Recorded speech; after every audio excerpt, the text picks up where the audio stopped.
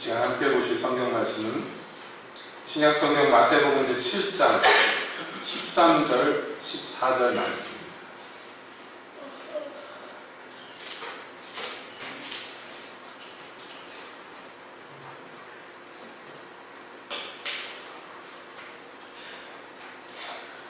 마태복음 7장 13절 14절 한 목소리로 함께 읽겠습니다. 좁은 문으로 들어가라. 열망으로 인도하는 문은 크고 그 길이 넓어 그리고 들어가는 자가 많고 생명으로 인도하는 문은 좁고 길이 협착하여 찾는 이가 적으니라. 아멘. 하나님, 이 시간에 주의 말씀을 듣기 원합니다. 오셔서 저희 중에 말씀하소서. 예수님의 이름으로 기도합니다. 아멘. 우리가 마태복음 5장, 6장, 7장에 걸쳐서 있는 예수님의 한편의 설교, 산에 올라가 앉으셔서 가르치셨다. 그래서 일명 산상수훈이라고 부르는 그 설교의 말씀 중에 함께 하고 있습니다. 이제 마지막 장이죠. 7장에 들어와서 13절, 14절을 함께 보았는데요.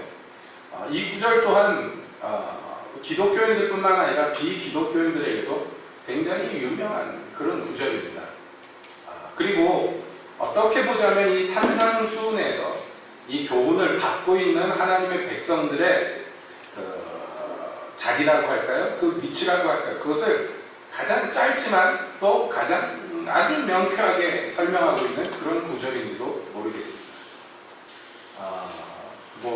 여러분도 과거에 이제 학생 시절에 학교에서 보면 이렇게 필독도서 뭐 이래가지고 지정해주고 그런 거, 요즘에도 하나 모르겠어요. 그 중에 하나가 아직도 기억에 남습니다만은 앙드레 지드의 좁은 문이라는 책이었습니다. 그 책의 이 표지를 딱 펼치면 소설이 시작하기 전에 오늘 읽은 이 본문의 말씀이 딱 박혀 있어요. 제목 좁은 문, 그리고 그 밑에 요 성경 구절이 적혀 있고 이제 시작을 합니다. 그런데 사실은 이 구절하고 그 소설하고는요 별 내용이 상관이 없어요. 보신 분들은 알 거예요. 무슨 얘기인지. 그러니까 이 세상에서 이 구절이 유명하다는 얘기를 지금 드리려고 하는 말씀이에요. 어떤 소설가가 자기 소설을 묘사하는 데 있어서, 이 소설의 스토리를 묘사하는 데 있어서 이 성경 구절이 아주 적합하다 해서 기독교 소설이 아님에도 불구하고 이 성경 구절을 박아놓고 시작하는 것입니다. 아무튼 다시 말씀드립니다. 이것은 기독교인이 무엇인가, 기독교인이 어디에 있는가를 잘 보여주는 그런 말씀이기도 합니다. 그렇게 많이 인용되고 유명하기도 하지만 우리가 산상수훈의 말씀을 계속해서 보는 가운데 제가 몇 차례 말씀을 드렸지만요, 산상수훈은 사실은 예수님의 설교 중에 제일 유명한 설교고 그 구절구절들이 알려지기도 많이 알려졌기 때문에 자칫 잘못하다가 한 구절에 매이는, 그래서 숲을 보지 못하고 나무 한 그루만 집중적으로 보게 되는 그런 실수를 하게 마련입니다. 그래서 우리가 산상수훈의 말씀을 보면서 제가 계속 말씀드리는 게 전체 이 말씀에서 이 구절이 무엇을 얘기하는 것을 놓쳐서는 안 된다라고 말씀드리고 있어요. 한 구절 한 구절이 참 좋습니다만, 그러나 이것은 한편의 설교의 한 부분이라는 것을 계속해서 명심해야 되겠다는 말씀. 먼저 예수님께서 이렇게 얘기하십니다. 좁은 문으로 들어가라. 이건 뭐 명령이에요. 우리더러 얘기하는 거예요. 너희는 좁은 문으로 들어가야 된다. 여러분, 이것은 다른 어떤 세상 사람들에게도 적용할 수 없는 그런 얘기입니다. 그런데 한편 생각해보면 또 한편 의아스러운 부분도 있어요. 뭐냐면 이 산상수훈의 설교는 시작에 팔복이라는 것이 딱 자리하고 있습니다. 그래서 그 팔복을 통해서 예수님이 말씀하고자 하는 것은 내 제자된 사람들은 이런 사람들이다, 기독교인들은 이런 사람들이다 하고 그 사람들에 대해서 설명하셨어요. 이 사람들은 참 하나님의 복을 받은 사람인데, 왜냐하면 심령이 가난하기 때문에, 애통하기 때문에, 온유하기 때문에, 이 사람은 의에 줄고 목말랐기 때문에 이 사람은 복되다, 이렇게 얘기합니다. 먼저 이 설교를 듣는 바 예수님의 제자된 이들이 누구인가를 설명하는 것이에요. 오전에도 잠깐 말씀을 드렸습니다만은 여러분 보세요. 성경에서는요 선생, 스승 또는 제자라고 얘기하죠. 선생과 학생이라고 얘기하지 않습니다. 무슨 말씀인가 하면 그 예수님을 믿고 따르는 사람들을 스튜던트라고 부르지 않아요. 디사이플이라고 부르죠. 영어로 얘기하죠. 그러니까 이 학생하고 제자는 좀 다른데요.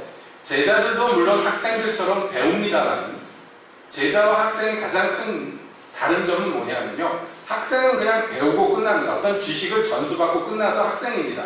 그런데 제자는요. 그 지식을 전수받고 나서 그 전수하는 이 자기 스승을 본받고 따라갑니다. 그게 다른 것이에요. 그래서 예수님은 말씀합니다. 누구든지 나를 따라오려거든 날마다 자기를 부인하고 자기 십자가를 지고 나를 쫓을 것입니다. 이렇게 말씀해요. 이게 천국의 제자된 이들에 대한 설명이에요. 나를 따라오는 자들, 이 사람들이 바로 제자다 이렇게 얘기하셨어요. 그리고 그 제자가 누구인지 팔복을 통해서 묘사했으며 그리고 이들의 본질이 무엇인지 바로 주께서 세상에서 소금과 빛으로 부른 사람들, 그렇기 때문에 이 세상에 사는 여타의 사람들하고는 전혀 다른 가치관과 전혀 다른 삶을 살 수밖에 없는 그런 사람들, 그래서 세상을 변화시키는 사람들, 썩지 않게 만들며 어둠을 밝히는 사람들, 그래서 자기들의 선행으로 말미암아 세상 사람들이 오히려 하나님 아버지께 영광을 돌리게 만드는 사람들이라고 이미 규정짓고 시작합니다. 그런데 그 사람들이 어떤 교훈을 쫓을 것인지, 그 사람들이 어떻게 다른 삶을 살 것인지에 대해서 이제까지 쭉 설명하시고 나서 말하자면 결론 부분에 이제 시작을 하는 대목인데요. 전체 설교의 결론 부분을 뭐라고 말씀하느냐면 좁은 문으로 들어가라 이렇게 얘기하십니다. 그래서 의아스럽다는 거예요. 왜냐하면 우리 생각에는 이미 이 설교를 듣고 이 설교의 말씀을 충분히 이해한 이 사람들은 좁은 문으로 이미 들어간 사람들 아닌가? 이렇게 생각해요. 이미 들어가 있는 것 아닌가? 그렇게 생각할 수밖에 없어요. 그런데 예수님은요, 뭐라고요? 좁은 문으로 들어가라 라고 얘기하십니다. 그러니까 요 구절만 딱 떼놓고 보자면 이 예수님의 제자라는 사람들이 지금 사실 어디에 있느냐면 문 앞에 있는 것이나 마찬가지입니다. 그 문을 열고 이제 들어가야 된다고 얘기하시는 거예요. 그러니까 이상하다. 예수님의 제자가 되었으면 이거 기독교인이라는 것이고 이미 구원받았다는 것이고 이미 거듭났다는 것인데 어떻게 해서 또 이 좁은 문으로 들어가라고 얘기할까? 이 좁은 문이라는 게 구원의 문 아닌가? 우리가 이렇게 의아스럽게 생각할 수 있단 말이에요. 그리고 그렇게 착각하는 사람들이 사실 많아요. 이 좁은 문으로 들어가라는 것은 구원의 문으로 그냥 단정 지어버립니다. 틀린 말은 아니지만은, 그러나 우리가 전체 설교상의 흐름으로 볼 때 지금 이 대목에서 예수님께서 얘기하시는 것을 명심해야 됩니다. 자, 우리가 산상순의 말씀을 5장부터 해서 쭉 봤어요.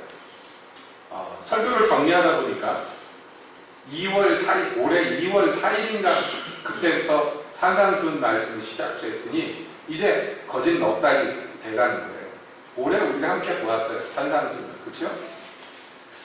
여러분들이 어떻게 생각하실지 모르지만요. 제가 이 산상순의 말씀을 함께 살펴보는 가운데 어떤 집사님은 와서 저희 그런 말씀을 했습니다. 목사님, 전에 제가 산상순에 대해서 몰랐는데 이제 알게 됐어요. 정말 깨달았어요. 이렇게 고백하시는 분도 있었습니다. 참 감사합니다. 여러분은 어떨지 모르지만 저 자신은 산상순의 말씀을 강론함에 있어서 제 자신이 가장 많이 이 말씀들로 말미암아 은혜를 받았다고 감히 고백드립니다.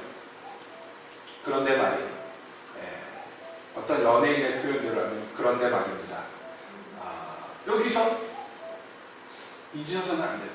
뭐냐면 그 말씀들, 이 말씀들이 정말 맞구나. 그렇구나, 이게 진리구나. 그리고 나서 끝! 이러면 안 된단 말이에요.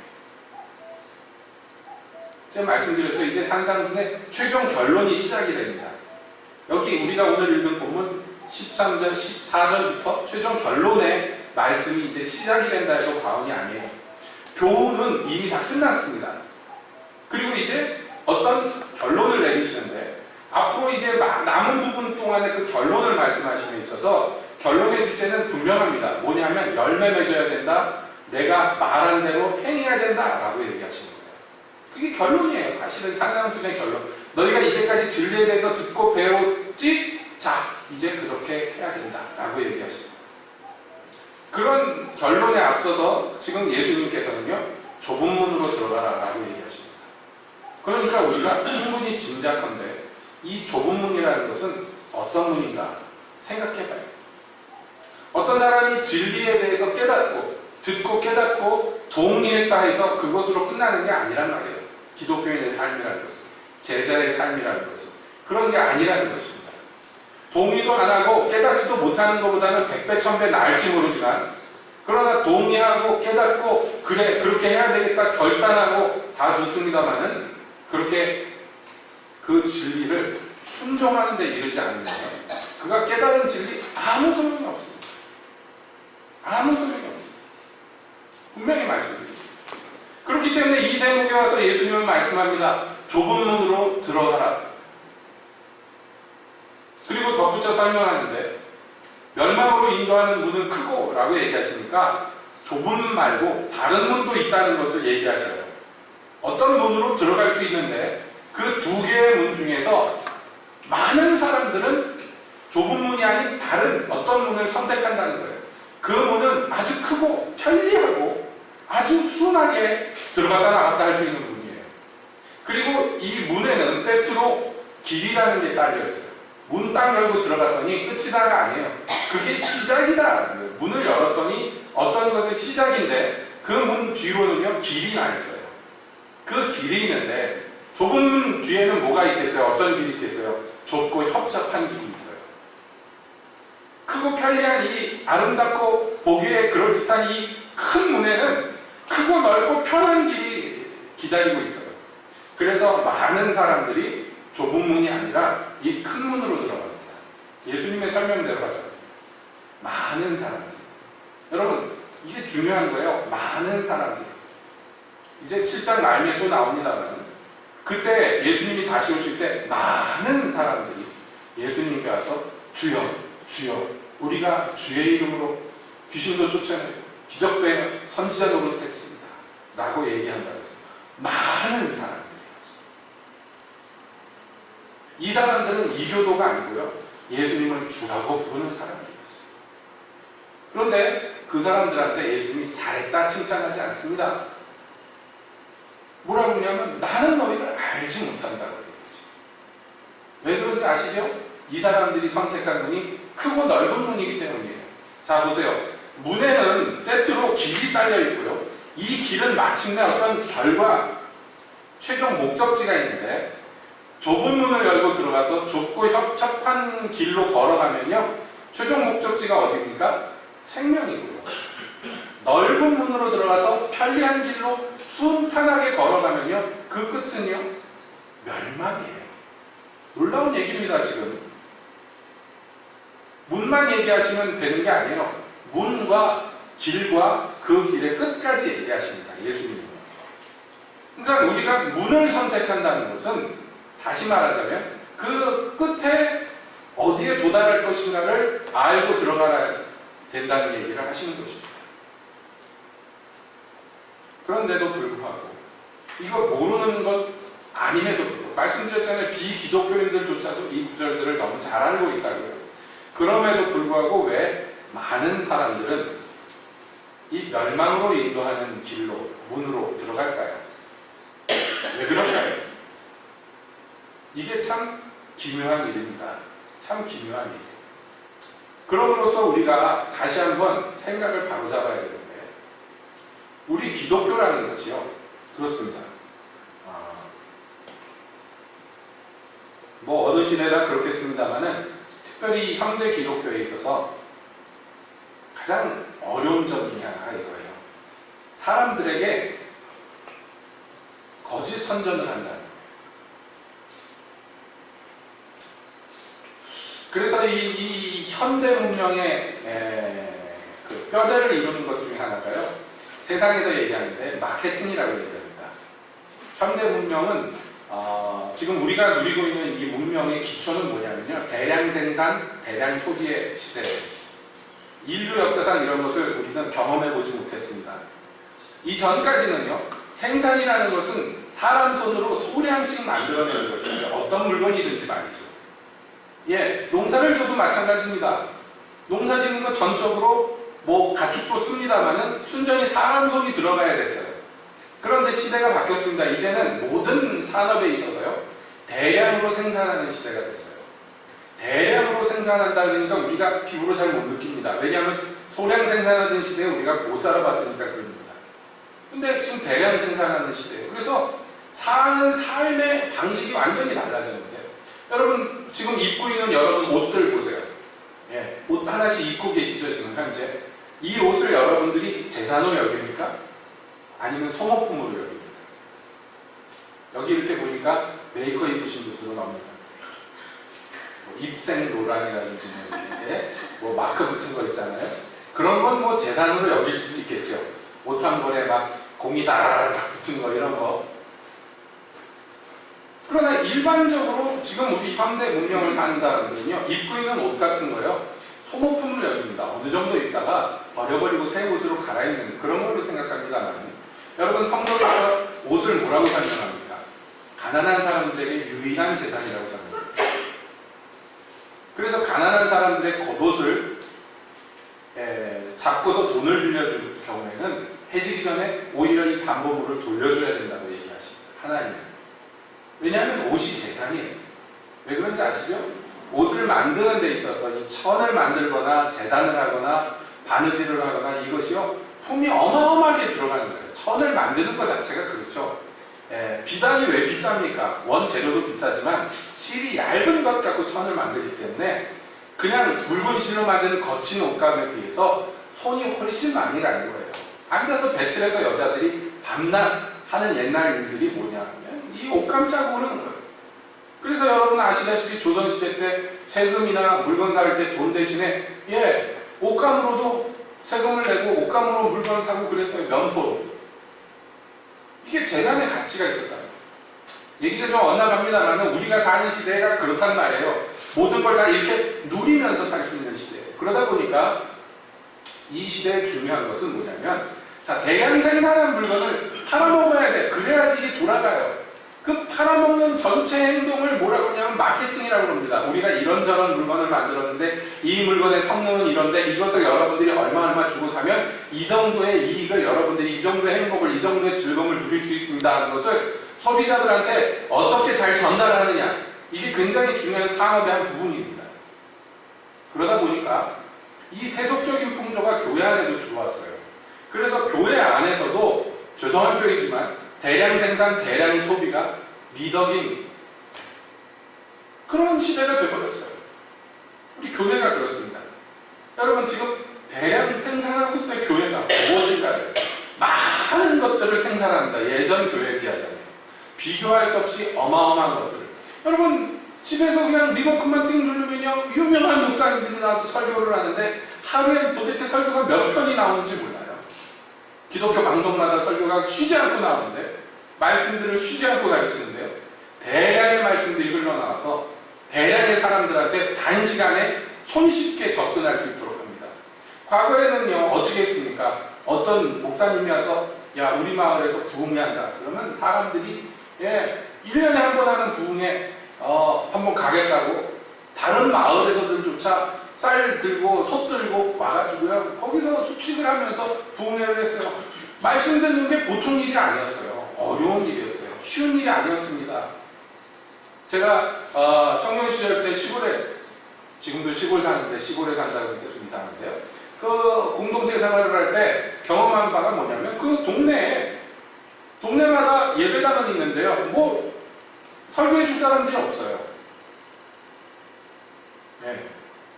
지금도 그런 동네에 있어요. 가난한 동네, 산골 같은 데 가면 어떻게 해서 예배당들은 지어놨는데, 근데 거기에요, 목사님도 없고 전도사님도 없어요. 그런 교회가 많습니다. 그래서 전도사님들이 뭐 하냐면요, 순회 설교했었어요. 첫 번째 주는 어디 교회, 두 번째 주는 어디 교회, 그 일대 동리마다 이렇게 돌아가면서 설교를 했는데요. 그러다 보니까 전도사님 안 오는 주일에는 이제 뭐 장로님들이나 또는 집사님들이 나와서 설교를 하는데 이분들도 뭐 매일 똑같이 그 동네에서 같이 농사 짓는 사람들인데요. 뭐 학교도 제대로 나오시지도 않는 분이에요. 근데 왜 장로님이냐면 논마지기가 좀 넓어, 딴 동네보다, 아니 딴 집보다 농사를 좀 크게 해. 그러면 그냥 장로님이죠.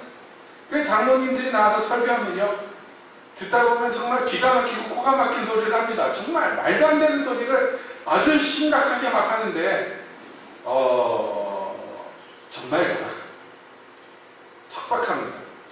그 당시에 무슨 설교를 어디서 들으려면 정말 힘들었어요. 기껏 있는 게 그 극동방송, 라디오 방송, AM 라디오 이렇게 주파수 해야 되는데 또 이상하죠. 그런 시골에는요, 이 극동방송이 이게 안 나와. 아무리 잘 맞춰도 잘 안 나와. 라디오도요. 뭐 텔레비도 틀면은요, KBS 하나 나오고 그랬었어요. 저 있던 동네에. 그러다가 MBC가 한번 나오는데 우와, 세상이 달라 보이는 거예요. KBS 1만 나오다가 MBC가 나오는데 야, 대단하다 그러면서 텔레비 봤던 기억이 있습니다. 여러분, 그런 시대에 비하면 지금은 얼마 안 됐습니다만 지금은 대량 생산해서 대량 소비가 되는 시대. 그런 시대에 문제는 뭐냐면요, 말씀이 적게 들려서 문제가 아니에요. 한 가지 말씀이라도 붙들고 그 말씀에 순복하고 사느냐, 이게 문제인 거죠. 그러다 보니까 말씀드린 대로 이 마케팅에 힘쓰게 됩니다. 대량 생산하니까 대량 소비가 돼야 되니까 어떻게 되겠어요? 소비자를 끌어모아야 돼요. 이거 굉장히 제가 지금 표현하는 게 얼마나 세속적인가 보세요. 목사의 말이지만 얼마나 세속적인 언어를 쓰나 보세요. 질이 떨어져 세속적인 게 아니에요. 그냥 세상적인 거예요. 마케팅입니다. 그래서 교회마다 복음을 뭐라고 선전합니까? 우리 교회 오십시오. 행복한 인생이 기다립니다. 우리 교회 오십시오. 문제가 해결됩니다. 막 이런 얘기만 합니다. 그게 틀린 말은 아니지만 그 전체 제품의 일부분이란 말이에요. 마케팅에 세상 사람들이 장사할 때, 물건 팔아먹을 때 어떻게 합니까? 자기들 물건의 아주 좋은 부분만 선전하잖아요. 아주 훌륭한 부분만 뽑아서 선전하잖아요. 그렇죠? 그래서 그거를 우선 샀다가 하는 경우가 얼마나 많아요. 여러분, 이게 문제예요. 성경은, 예수님은 우리 믿는 바를 뭐라고 얘기하냐면 거기는 좁은 문이고 그 문을 열고 들어가면 고생길이다 라고 얘기하죠. 현대 기독교에서 얘기하는 것과 정반대의 얘기를 하십니다. 여러분, 그러면 우리가 성경을 주목할 필요가 있어요. 우리가 믿는 바 이 기독교라는 것은요, 자기가 부인되는 종교예요. 근데 자기가 부인되는 거 누구도 좋아하지 않습니다. 내 뜻이 꺾이는 거 누구도 바라지 않고요, 내 마음대로 살 수 없는 거 누구도 원하지 않아요. 뿐만 아니라 기독교인이 될 때 어떤 일들이 기다리고 있다고 주님이 말씀했습니까? 사람들이 너희를 욕하고 업신여기고 없는 것을 꾸며서 누명을 씌울 거라, 그렇게 얘기했어요. 너희를 때리고 감옥에 가두고 죽이기까지 할 거라고 그렇게 얘기하십니다. 너희 중에 어떤 사람들은 이런 특별한 경우를 당할 거야 라고 얘기하지 않고요, 예수님은 이것은 일반적인 일이라고 얘기하십니다. 그때 오히려 너희가 기뻐하고 즐거워해야 됩니다. 왜냐하면 너희 전에 있던 선지자들을 이와 같이 대우하였다. 그러므로 너희에게 그 선지자들처럼 하늘에서 큰 복이 기다릴 것이다. 그러니까 기뻐하고 즐거워해야 된다. 이렇게 얘기하십니다. 절대로 기독교인이 되면 그때부터 행복 시작입니다, 그때부터 다 잘 됩니다, 이런 얘기 안 하십니다. 주님이 우리를 이 땅에서도 축복하고 이 땅에서도 우리에게 길을 여시고 문을 여시고 우리를 인도하십니다. 그건 분명한 사실입니다. 그거를 부정하려고 하는 것이 아니에요. 그러나 기독교인 삶의 본질은 거기에 있지 않아요. 기독교인 삶의 본질은요, 갈 바를 알지 못하지만 하나님 의지하고 쫓아가는 데 있어요. 쫓아갔더니 아브라함이 거부가 됐어요. 우리가 그 거부가 된 거에만 초점을 맞추면 안 된단 말이에요. 아무것도 모르고 갈 바를 알지 못하고 줄레줄레 하나님 쫓아갔던 그 믿음을 주목해야 된다. 그게 시작이에요. 그게 문이에요. 그런데 어떻습니까? 성경에서 예수님은 뭐라고 얘기하셔요? 그 문은, 그 길은 좁고 협잡해, 불편하고 고생스러워, 찾는 이가 적어 라고 얘기하죠. 분명한 사실. 그 사람들이 안 좋아한다는 얘기예요. 이거 네? 원하지 않는다는 얘기예요. 이 얘기를 왜 하시는 거예요? 그런데 너희는 원해야 된다고 얘기하는 거예요. 예수님. 그래서 이 오늘 읽은 본문의 시작이 어떻게 됩니까? 좁은 문으로 들어가라. 명령이에요. 그러니까 너희가 여기 들어가야 된다. 찾는 이가 적어. 그러니까 어떻게 해야 됩니까? 그 적은 숫자가 되라 라고 얘기했어요. 여러분, 우리 기독교인들은요, 전혀 다른 인생을 살아요. 전혀 삶의 방식이 달라야 돼요. 삶의 목표도 달라야 돼요. 세상 사람들과 다른 것 투성이에요. 이게 중요한 것이에요. 왜냐하면 우리가 가진 성정이 이거 원래 누구로부터 물려받은 거예요? 아담으로부터 물려받은 거예요. 그러니까 세상 사람들과 다를 게 없어요. 우리가 가진 성정이 원래가 기독교인이 태어날 때부터 특별하게 태어나는 게 아닙니다. 기독교인이 태어날 때 세상 사람들과 전혀 다를 바 없이 태어났어요. 죄로 태어났어요. 죄인으로 태어났어요. 그래서 죄인으로 태어났기 때문에 우리 아버지 마귀가 원하는 대로 살았어요. 그게 우리의 옛날 삶이에요. 세상 사람들과 원하는 바와 추구하는 바가 전혀 다르지 않은 동료의 사람들이란 말이에요. 우리가 원래 본질이. 이걸 인정해야 돼요. 그런데 그러다가 예수님을 만났어요. 두 번째 아담을 만났어요. 그래서 첫 번째 아담과 결별하고 이 둘째 아담 대신 예수님과 결합했어요. 그 다음부터는 뭐가 달라져야 됩니까?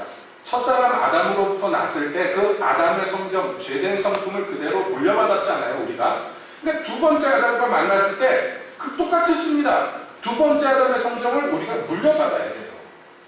그 물려받기 위해서 뭐가 전제되냐면 옛날 옛사람, 내가 원래 아담으로부터 받았던 옛사람, 이거 벗어버려야 돼요.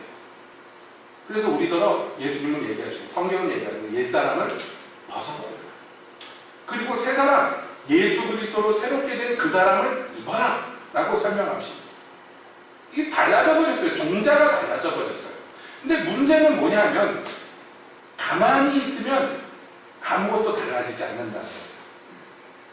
내가 옛사람과 옛성품과 결별하고 그것을 원수로 여기고 그것을 쓰레기로 배설물로 여기고 던져버리지 않는 이상 여러분, 옛사람은 항상 내 안에 살아서 나를 주도합니다. 그래요? 안 그래요? 기독교인이 됐어요. 신분이 바뀌었어요. 하나님의 자녀가 됐어요. 그런데 보세요, 여러분. 예수님이 지금 산상순에서 쭉 설명하셨어요. 너희는 달라야 돼. 너희는 지금 오랫동안 유대교 안에 있던 너희는 그 유대교 안에서 믿고 따르고 살아왔던 것과 완전히 달라져야 돼 라고 설명하십니다. 너희 전에는 뭐라고 배웠느냐?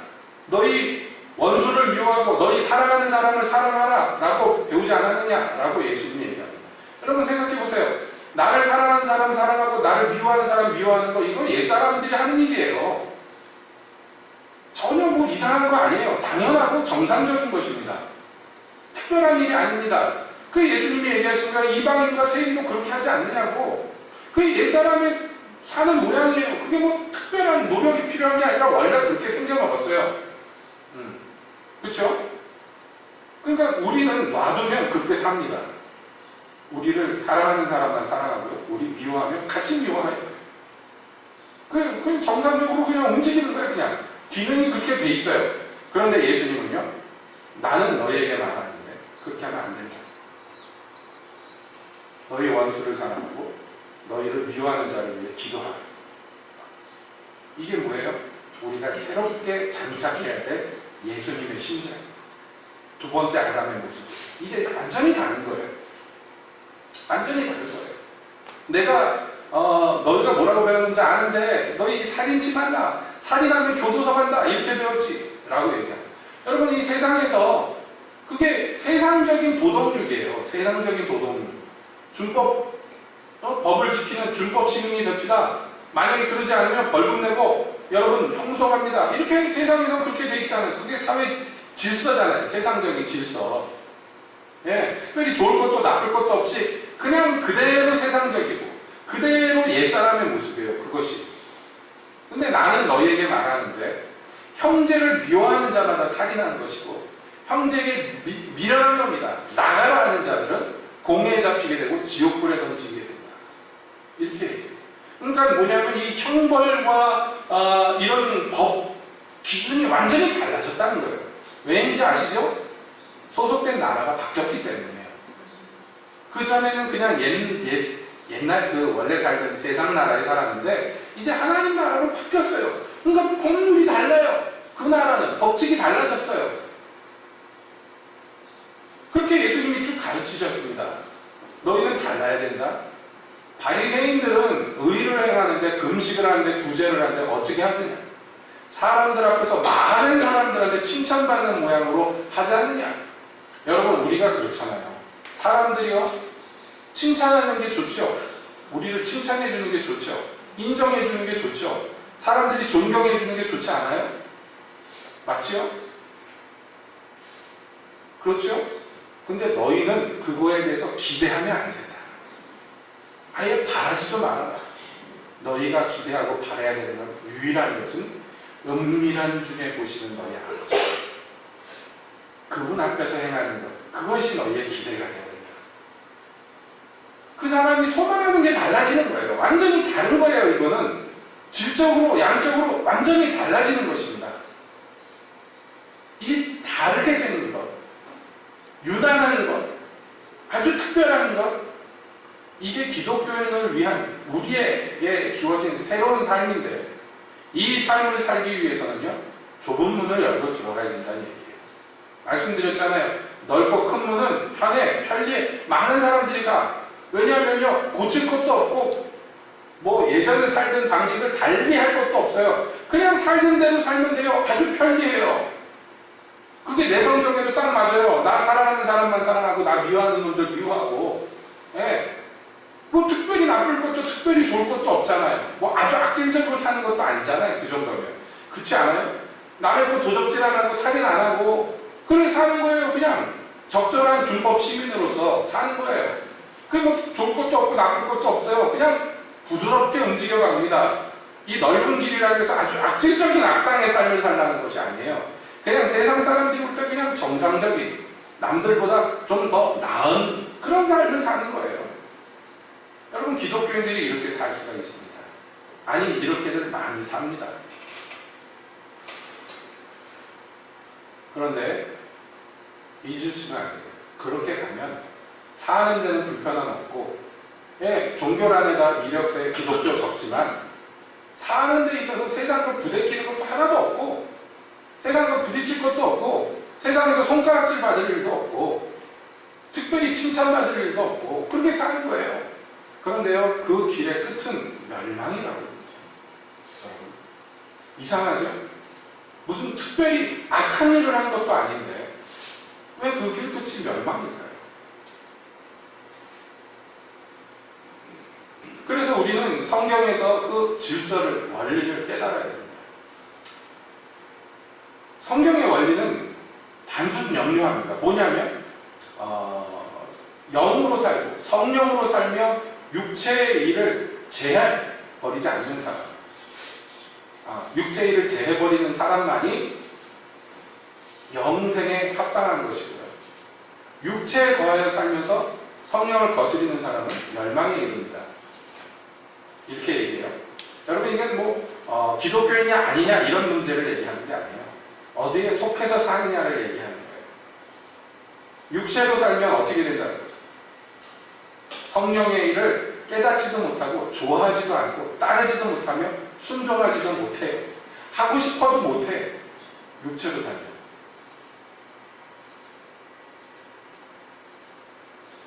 그러니까 하나님의 나라에 들어가는 것은 여러분 우리가 좀 전에 언급한 예수님이 산상순에서 가르치는 말씀들을 한번 봐보세요.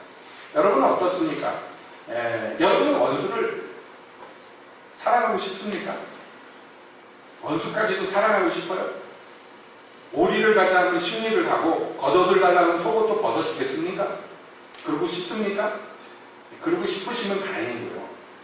그러고 싶지 않은 것이 사실 어떻게 보면 솔직한 우리 고백일지는 모릅니다. 오른쪽 뺨을 치면 왼쪽 뺨을 들이대고 싶어요? 아니면은 오른쪽 뺨 한 대 맞으면은 좌우로 싸대기를 갖다가 한 48대쯤 때려야 속이 풀려요. 에? 여러분 어떻게 반응하냔 말이에요. 어떻게 여러분의 이 몸과 마음이 어떻게 반응하냔 말이에요. 자, 예수님이 말씀하신 천국 백성의 기준이 있고 내 현실이 있어요. 내 삶의 현실이. 우리는 예수님이 말씀하신 그 기준을 바라보면서 멋있다. 야, 저거 참 우아하다. 저거 참 훌륭하다. 그리고 그냥 돌아가. 그러면 그 예수님의 교훈하고 나랑은요 아무 상관이 없어요. 내가 그것을 보고 아무리 감탄하고 그것을 아무리 칭찬했다 그러죠. 그리고 우리는 얘기합니다. 아, 저런 삶을 살아야 될 텐데. 솔직히 살기 싫어요. 그렇게 살려면 못 살아. 우리는 앉아서 관계도 못하는데 익숙합니다. 어떤 훌륭한 믿음의 사람이 자기의 모든 삶을 다 청산하고 그것을 다 정리하고 우간다로 선교사 갔다. 훌륭하신 분. 정말 훌륭한 분이다. 그러지. 너 그렇게 가라면 무슨 소리예요? 할 거예요. 그렇지 않아요? 에? 여러분 우리가 게시판에다 이삭 칼럼, 이삭 목사님의 글을 갖다가 자꾸 올려놓는 것은 한번 보라는 건데 여러분 봐보세요. 매달 피를 토하면서 이삭 목사님이요. 이렇게 해야 된다. 북한 동포에게 복음을 전해야 된다고 막 열변을 토하는데 그렇지. 이렇게 사는 게 옳지. 라고 얘기하죠. 여러분이 성경을 몰래 지나다 감추고 국경을 넘어가는 건 절대로 원하지 않아요. 제가 옛날에 처음에 저 모퉁이돌 선교회란 중국 가인데요. 아무 생각 없이 공항에 갔더니 공항에서요 이 사람들이 모여서 자리를 깔고 좌판을 벌려서 뭐를 잔뜩 쌓아놨어요. 그러니까 뭔가 그랬더니 짐 쌓은 거 있잖아요. 캐리어 같은 거 쌓은 거 있잖아요. 그 중국 들어가는 사람들이 그 짐을 캐리어에서 다 빼고 짐을 다시 쌓는 거예요. 맨 밑에다가 성경책을 차곡차곡 집어넣고 그 다음에 자기 짐 시키기 전에 북한 사람들에게, 북한 동포들에게 줄 그 약품들 있잖아요. 그 기초 약품들 하고 비타민하고 이런 거 잔뜩 넣고 그 위에 자기가 쌓은 짐들을 다시 넣으라는 거예요. 그러니까 이렇게 자리를 깔아놓고 이삿짐 싸는 것처럼 다 꺼내놓고 그걸 넣는데요. 머트머로 갖다가 성경책을 갖다 넣는데 이거 뭐 어느 정도 줘야 되는데 너무 많이 주는 거예요. 성경책을. 북한에 갖다 줘야 된다고 너무 많이 주는 거예요. 성경책을. 그래서 쌓긴 쌓는데 기분이 이상하더라고요. 여러분 아시다시피 국경 통과할 때마다 가방을 X선으로 지나갑니다. 모니터로 다 들여다봐요. 중국에 갔어요. 이제 짐이 나옵니다. 짐이 나오는데 제가 한번 걸려봤거든요. 국경에서. 짐이 안 나오는 거예요. 이렇게 빙빙빙빙 컨베이 벨트 타고서 이렇게 쭉 나오잖아요. 가방들이 나오면 자기 가방 찾아서 가는데 그리고 이제 공항으로 나가는데 암만 기다려도 안 나와. 그래가지고 떠듬떠듬 왜 내 짐이 안 나오냐 그랬더니 안 나왔냐 그러니까 안 나왔다 그러면 이리 와보라. 쫄래쫄래 갔더니 저 말고도 한 서너 명이 어디 한 군데 몰려가요. 거기 가니까 제 가방이 있어요. 이상한 가방들을 뽑아놓은 거예요. 그래서 짐 안 나온다는 사람들을 다 붙잡아다가 방 하나에다 갖다 놓고서요 열어보라는 거예요. 그게 어떻게 하겠어요? 열었지 뭐. 짐 열더니 막 뒤지더니 가라는 거예요. 그래서 그냥 나왔어요. 특별할 일도 없죠. 그런데 긴장되더라고요. 옆에 막 그 쇠파트 냄새 킁킁킁킁 맡고 있는데 이렇게 잡고 있죠. 그 줄만 놓으면 와서 날 잡아먹을 것 같아 애들이. 덩치도 이만한 개들이. 중국에 가면요. 뭐 북한은 말할 것도 없고 중국에 가면 주로 기차를 타고 이제 이동을 하는데요. 웃기는 건요, 기차역에도 그 X선이 있어요. 공항에만 있는 게 아니에요. 기차를 타려도 가방을 거기 다 통과를 시켜야 돼요. X선 투시기로. 그 역에서도 한번 걸렸죠. 가방을 딱 놓고서 이제 가방 나오는 데서 기다리는데요. 가방이 이렇게 나오더니 도로 들어가요. 제 가방 꽁무니가 보이더니 도로 기계로 쓱 들어가요. 그러더니 이 가방 주인 누구냐 나라고 했더니 중국말로 막 오라고 그러는 거예요. 그 갔어요. 걸렸나 보다. 거기 성경책이 한 5, 60권 있었어요. 그 가방이. 작게 만든 성경책. 걸렸나 보다. 그 일행들이 다 모르는 척해. 저만 간 거예요. 걸려도 한 놈만 걸려야지. 중국말을 막 뭐라 그러는데 뭔 얘기인지 못 알아들어서 나 중국 사람 아니라고, 한국 사람이라고, 한국어라고 막 얘기를 했더니 답답한지 막 뭐라고 떠드는데 결국에는요, 말을 해서 제가 못 알아들으니까 자기가 이렇게 그 기계에 앉아있던 사람이 나오더니요, 제 가방을 눕혀놔야 되는데 제가 세워놨다는 거예요. 걸린 게 아니고 그 다시 자기 손으로 눕혀놓더니 이게 통과해서 나오는 거예요. 제가 옆에서 모니터로 보니까 성경책이 쫙 쌓여있는 게 다 보이는데 거기 화면에 나옵니다. X선으로 하는 게. 옆에 서서 보니까 다 보여요. 가방 절반이 책인데 뭐 누가 봐도 이상하잖아요. 그런데 꼭 같이 보면서요, 가방이 씩 나오니까 아무 소리도 안 해서 냉큼 집어갖고 기차 타고 갔어요. 저같이 어쩌다가 한 번 하는 사람, 별일 아닌데 그거 매일 그렇게 하는 사람. 여러분, 쉬워요? 쉽지가 않을 거예요. 북한 선교하는 분들이 뭐 얘기하냐면, 혹시 중국 가실 계신 분들은 저희한테 전화 좀 주십시오. 그러면 성경책을 드릴 테니까 가방에 넣어서 가시면 거기 공항에 나와서 누가 기다리고 있으면 그거 성경책 꺼내주면 된다. 쉽게 얘기하죠? 쉽게 얘기합니다. 중국 여행 가시는 분들은 연락 달라. 걸리면 어떻게? 여러분, 별거 아닌 그 작은 일인데도 남들이 하는 건 칭찬하지만 내 일이 되는 장난이 아니에요. 좁은 문으로 들어가고 좁은 길로 걸어간다는 것은요, 이건 현실입니다. 요즘 젊은이들이 쓰는 말을 하면 인생은 실전이다 그러는데 실전이에요. 구경하는 게 아닙니다. 근데 예수님은 단호하게 말씀합니다. 그렇게 걸어가야지만 생명에 이른다고요. 여러분, 이거 가볍게 보시면 안 돼요. 멸망과 생명이 여기 달려있습니다. 이상하네, 믿음으로 구원받는 거 아닙니까? 라고 반문할지 모르지만 믿으면 좁은 문으로 들어가요. 믿음이 있으면 좁은 길로 기쁘게 걸어갑니다. 믿음이 없으니까 좁은 문으로 못 들어가는 거예요. 믿음이 없으니까 넓고 편한 길로 가려고 하는 거예요. 믿음이라는 게 그런 겁니다. 여러분, 히브리서 11장에 나오는 믿음의 사람들 보세요. 거기서 누구도 호의호식하려고 걸어간 사람 없어요. 네? 모세를 표현하는데 뭐라고 얘기합니까? 그가 바로의 궁에서 호의호식하는 것보다 하나님의 백성들과 함께 그리스도와 함께 고난받는 것을 선택했다. 믿음으로 라고 얘기합니다. 모든 믿음의 사람들이 그래요. 그들이 편한 집에서 살지 못하고 동굴에서 살며 광야에서 유리하며 돌에 맞으며 굶주리며 매맞고 목뱀을 당하고 톱으로 켬을 당하고 오만 일들을 다 당했는데 왜냐하면 믿음 때문이라고. 저들이 나그네와 해인과 같이 살았는데 왜냐하면 거기가 자기 집이 아니고 자기의 훨씬 좋은 본향이 있음을 알았기 때문입니다. 성경은 분명히 얘기합니다. 여러분, 우리도 마찬가지예요. 여러분 다 생명을 얻기 원하시잖아요. 그래서 교회 나오셨잖아요. 그렇죠? 그 자동으로 되는 게 아닙니다. 생명을 얻는 것은 믿음으로 되는데 믿음에는요, 당연한 일이지만 행함이 따라와요.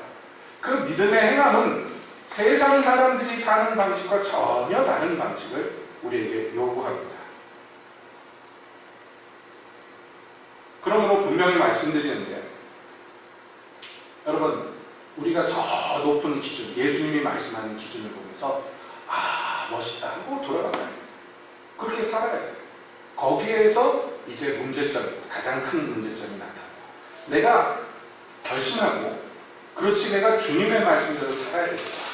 오른쪽 뺨을 때리면 왼쪽 뺨을 내놓고 오리를 가자고 심리를 가고 겉옷을 달라고 하면 속옷까지 벗어줄 수 있는 그런 삶을 살아야 되겠다. 결심을 합니다. 근데 막상 그게 현실로 다가오면요. 안 돼요. 안 돼요. 그래서 그때 깨닫게 되는 게 뭐냐면 야, 정말 성령이 아니면 안 되는구나. 성령님이 함께하지 않으면 성령의 능력으로 내가 사로잡히지 않으면 이거 안 되는구나. 그리고 고백하는 거예요. 절실하게 고백하는 거예요. 네? 여러분 오늘 읽은 본문 보세요. 생명으로 인도하는 문은 좁고 길이 협착하여 찾는 이가 적다 그랬어요. 그러면 이 말씀은 왜 하는 거예요? 우리더러 뭐 하라는 거예요? 예? 생명으로 인도하는 문과 그 좁은 길을 찾으라는 거예요. 우리더러. 찾는 이가 적다는 것은 너희가 그 적은 무리들 중에 하나가 되라는 거예요. 앞서서 예수님이 뭐라고 얘기하셨습니까? 구하라. 그러면 주실 것이요. 찾으라. 그러면 찾을 것이요. 문을 두드리라. 그러면 열릴 것이니.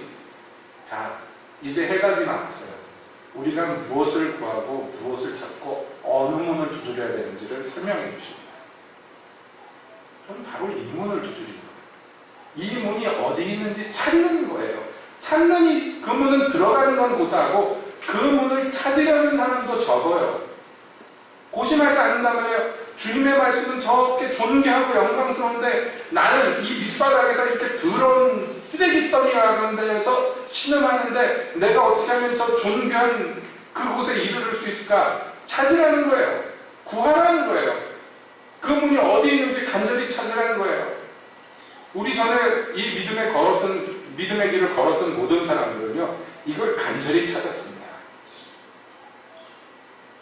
우리도 마찬가지인데요. 찾는다는 게, 구한다는 게 뭔지 아시죠, 여러분?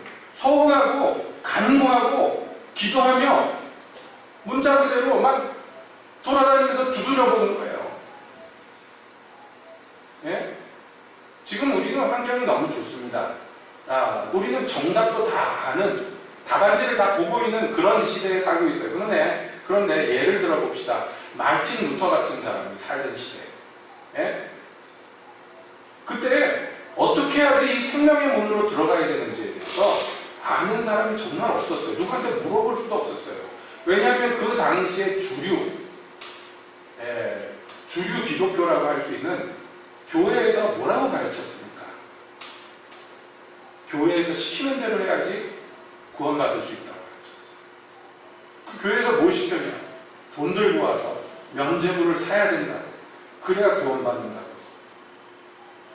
마틴 루터는 그게 아니라고 깨달았어요. 그렇게는 구원받을 수 없다고 깨달았어요. 성경을 읽다가 깨달았어요. 근데 전 세계에서 자기 혼자 깨달았어요. 이게 진짜인지 아닌지 어떻게 할 거예요? 이게 진짜 내가 깨달은 게 이게 진리인지 아닌지 어떻게 확신할 거예요? 참 어렵지요, 여러분. 입장 바꿔놓고 생각해 보세요. 그래서 그는요, 정말 간절하게 찾았어요. 주님, 이것이 진짜 진리가 맞습니까? 이게 진짜 진리면 나한테 가르쳐 주시옵소서. 간절히 찾고 또 찾았어요. 만날 때까지. 인도에 썬다신이라는 청년이 있었는데 그는 유명한 가문의 장자였습니다. 인도 엘리트 가문의 장자였어요. 사회적 지위가 높았어요. 카스트 제도 안에서 높은 그런 사람들이었어요. 여러분, 인도 사람들 중에서 상대적으로 얼굴이 하얗고 좀 서양 사람처럼 생긴 사람들이 있어요. 덩치도 커요. 키도 크고. 그 사람들이 가장 높은 계급에 있는 사람. 자기들끼리 결혼해서 인종도 달라요. 일반 인도 사람들하고 사뭇 다르게 생겼어요. 소수인데. 그런데 그 아버지가 자식한테 최고 교육을 시킨다. 그래서 영국 학교에다가 집어넣었어요. 영국 사람들이 와서 세운 학교에. 근데 영국 사람 중에 선교사님이 와서 세운 학교예요. 그래서 이제 영국 교육을 받아야 되니까, 식민지 시대니까 영국 식민지였어요. 가가지고 이제 영국식 교육을 받다가 복음을 접했어요. 그가 성경을 배우기 시작했어요. 그의 아버지는 사두였어요. 사두는 뭐냐면 인도에서 힌두교에서 가장 높은 선생님들입니다. 그런데 그 아들도 그렇게 사두가 되길 바랬어요. 그런데요, 아들이 성경을 읽기 시작하면서 자기가 배워온 것과 이 새로운 진리와 처음에는 학문적인 연구를 시작하다가 이게 뭐가 뭔지를 모르게 됐어요. 뭐가 옳은지를 모르게 됐어요. 갈등하기 시작했어요. 그러다가 도저히 이렇게 못 살겠다 해서 결단을 내렸어요. 하나님이 진짜 계시면, 성경이 진짜 맞다면 나한테 이게 진짜라는 걸 가르쳐 주십시오. 간절히 찾기 시작했어요. 찾고 찾다가 나중에 견딜 수 없어서요, 비바람이 치는 날 밤에 홀로 황야에 나가서 시칼을 품에 안고 나가가지고요, 칼을 들고 하늘을 향해서 소리쳤어요. 오늘 나한테 뭐가 진리인지, 하나님이 진짜 살아계신지 안 살아계신지 안 가르쳐주면 난 이거 칼로 나를 찌르고 죽을 겁니다. 그날 하나님이 만나주셨어요. 그래서요, 달라졌어요. 집에서 쫓겨나고 거지꼴로 살게 됐지만 그 높은 사회적 지위를 다 잃어버렸지만, 여러분 20세기에 최고로 존경받는 기독교 지도자 중에 하나, 그분을 뭐라고 부르냐면 히말라야의 성자라고 해요. 아무것도 없는 그 캄캄한 시대에 어디서 정보를 얻을 수도 없고 누구에게 도움을 받을 수 없는 그런 환경에서조차 요한 웨슬레나 휘트필드 같은 분들은요, 간절하게 뭐가 진리인지를 알고 싶다고 하나님께 간절하게 이 좁고 협잡한 문이 어디 있는가를 주께 부르짖었어요. 그 당시에 모든 가르침과 모든 교회가 넓은 길로 사람들을 인도할 때, 영국 국교회가 완전히 타락해서 복음의 능력을 잃어버리고 종교의 형식만 남의 바리새인들과 같은 삶을 살고 있을 때, 이 젊은 청년 목사들은요, 간절히 어느 길이 옳은 길인지, 이 문이 어디에 있는지를 하나님께 부르짖었어요. 그러다가 그 문을 찾았을 때 한 번도 주저하지 않고 그 문을 벌컥 열고 들어가서요, 평생의 이 좁고 협착한 길로 예수님과 함께 동행해 걸어갔습니다. 우리 전에 믿음의 선지들이 다 그렇게 했어요. 여러분, 우리도 마찬가지입니다. 여러분, 하나님의 자녀가 되고 싶은, 하나님의 자녀의 권세를 누리고 싶지 않은 기독교인들이 어디가 있겠습니까? 그러나 잊지 마십시오. 하나님의 자녀가 되는 그 사람은요, 하나님의 자녀가 되는 권세를 얻음과 동시에 고난은 겸하여 받는다고 성경이 얘기합니다. 왜냐하면 이 길은요, 그냥 걸어가는 것 자체가 고난이에요. 누가 와서 특별히 괴롭히지 않아도 내 옛사람과 끊임없이 싸워서 이겨야 되며, 내가 전에 살던 방식과 전혀 정반대의 방식으로 살아야 되며, 이것은 물결을 거슬러 올라가는 것과 같고요, 이것은요, 내 안에 있는 모든 욕구와 그런 것들을 끊고 세상의 모든 흐름과 단절되어서 오직 예수님만 바라보면서 걸어가는, 어떻게 보면 외로운 길인지도. 왜냐하면 찾는 이가 적어요. 여러분, 이 길은 찾는 이가 적어요. 그래서 아마 이 길로 걸어보시면 알 거예요. 나 혼자 걷고 있다, 이런 느낌들을 상당히 많이 받습니다. 정말로 그렇습니다. 그래서 어떤 때는 엘리야처럼 하나님께 부르짖을지도 몰라요. 나도 데려가십시오. 온 이스라엘에 하나님 섬기는 사람 나 하나밖에 안 남았는데 더 이상 못 살겠습니다. 나도 데려가십시오 하고 부르짖게 될지도 몰라요. 그런 거 다 감수하고 감안하고라도 여러분, 영생을 얻기를 소원하십시오. 예수님이 이 길을 걸어가셨어요. 예수님이 아무도 인정하지 않고 아무도 알아주지 않고 모든 사람이 다 오해했지만 뒤도 돌아보지 않고 오직 앞으로만 전진해 나가셨어요. 그 가족들도 미쳤다, 귀신 들렸다 그래서 데리러 오고, 형제들도 조롱하고, 사람들이 비웃고 나사렛에서 무슨 선한 것이 날 수 있겠느냐 해도요, 신경 쓰지 않고 아버지의 뜻을 이루러 걸어갔어요. 그 당시에 모든 권력자들과 모든 종교 지도자들이 다 반대함에도 불구하고 아버지 뜻이라면 두말하지 않고 순종하면서 걸어가셨어요. 세상의 모든 권력이 일어나고 세상의 모든 왕들이 일어나서 예수님을 죽이고자 했고 심지어는 죽였지만은 굴하지 않고 걸어가셨어요. 변명하지 않고 자기를 보호하지도 않고 아버지께 온전히 자기를 의탁하면서 걸어갔어요. 사랑하는 제자들이 다 버리고 도망가도 신경을 쓰지 않고 아버지 얼굴만 보고 걸어가셨어요. 그리고 우리에게 말씀합니다. 내 제자된 이들은 나처럼 이 길을 걸어야 된다. 예수님은 주장하는 자세만 갖지 않으시고 예수님은 본이 되셨어요. 여러분, 그러므로 이 시간 다시 말씀드립니다. 여러분, 저는 과장광고할 수가 없어요. 하나님의 종으로서. 예, 저는 사탕발림할 수도 없습니다. 있는 그대로밖에는 얘기할 수밖에 없어요. 이 길은 좁고 협착합니다.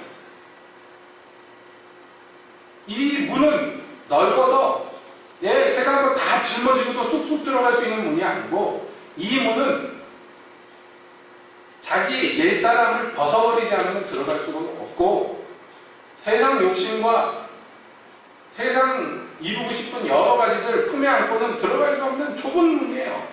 내 한 몸뚱아리만 간신히 기어 들어갈 수 있는 좁은 문이고 그리고 포장도로가 아닌 협착한 길이라 수레에 싣고 갈 수도 없고 다 지고 가야 되는 십자가의 길입니다. 그래도 가시렵니까? 예? 가셔야 돼요. 왜냐하면 그래야지만 생명에 이르니까요. 저는 여러분들이 다 생명에 이르기를 바랍니다. 아무도 멸망치 않고 다 넉넉히 주님의 나라에 들어가게 되시기를 축복드립니다. 받아 누리십시오. 날마다 자기를 부인하고 십자가를 지고 걸어가야 되는 이 길에 기쁘게 노래 부르면서 걸어갑시다. 나 혼자 걸어가는 것 같지만 아닌 거 아시죠? 여러분, 그 길에 예수님이 계시고 그 길이 비록 찾는 이가 적지만 그래도 찾는 이가 있기는 있어요. 그 길에서 우리가 동지들을 만나고 형제들을 만나고 자매들을 만나면서 기쁨으로 걸어가는 거예요. 기쁨으로 시온의 대로로 그 마음을 품고 걸어가는 사람. 우리 한 사람 한 사람 이러한 은혜, 이러한 축복을 다 같이 누려주시고 예수님의 이름으로 축복드립니다. 기도합시다.